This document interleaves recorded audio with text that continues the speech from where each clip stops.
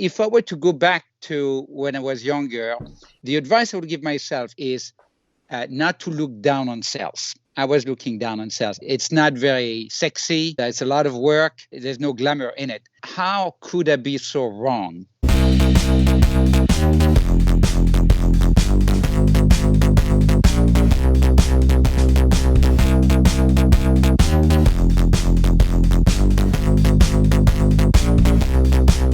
Why did you take the decision to recruit a top VP sales in your company? Our business is doing well, right? We've never raised any money.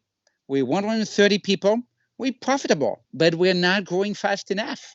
How do you measure that? How do you know that it's not enough? I mean, we're growing at maybe 20% a year. That's not enough. It's going to take forever. We've grown nicely, but we haven't hit an inflection point where we zoom right up. So I decided that I had to try something new.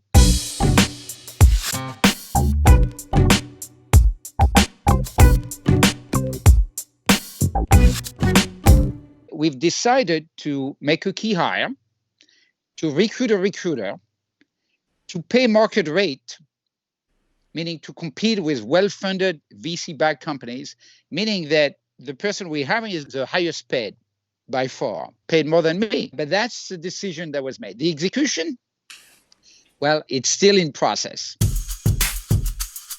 It's so important and it's so hard because it's not just about skills, it's about fit, it's about attitude, it's about understanding someone. And if it is just transactional, if it's just, well, I'm going to pay you more than what Bob is paying you over there, well, then Jim is going to come and pay more even. That's very different from what we've done so far. So far, we have people with whom we work a long time and we build great relationships. I don't want to become a transactional company where we hire people just for the money. The total compensation, and you know, for salespeople, it's OTE, on target earning. The OTE is absolutely market rate, and the target to get the OTE, it's really, really reasonable compared with the other opportunities you got to look at. Recruiting is selling. The most important selling point is that we're not a company, really. We're not a standard company. We're a mission. We're an expedition. Don't join us if you want a corporate career, and don't join us if the only reason is you want to make money. Sounds good. So actually, before the agency, we tried ourselves a little bit, right? We used our network. We actually interviewed a couple of people. One I knew from a few years back who turned us down, said we were too small. That hurts a little bit, but that's okay. The second we turned down, I don't know if he's listening, he's going to recognize himself. And sometimes we have second thoughts. We said, oh, why did we turn him down? We turn you down, you know who you are if you're listening, because you sold software.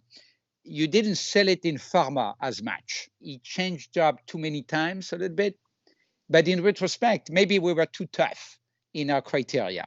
So if you're listening to us, give me a call. Maybe we can still talk. That did not work. So we hired the agency, right? The agency, we interviewed about 6 people. Some of them 2 interviews, some of them 3 interviews. None of them made it. Why? The harder to assess fit, I felt wasn't there.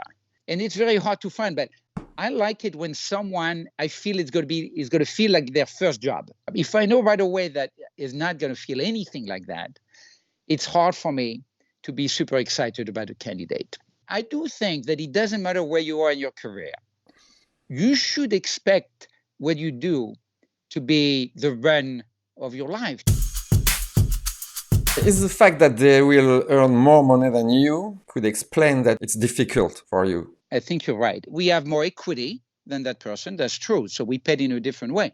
But still, it requires a lot of maturity for the rest of the executive team to really agree that person should be paid more than us. The challenge you're pointing to is that psychologically, when you pay someone so much money, your expectation might be realistic. You're looking for the white tiger, essentially, the great white tiger.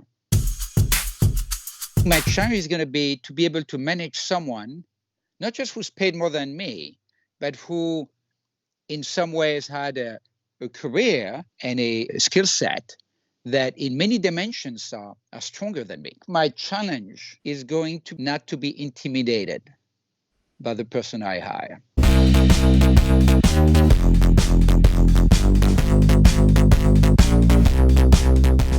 As always, there's plenty of problems, a lot of problems. That's why I'm glad to speak with my free analyst every 2 weeks, because there's more problems.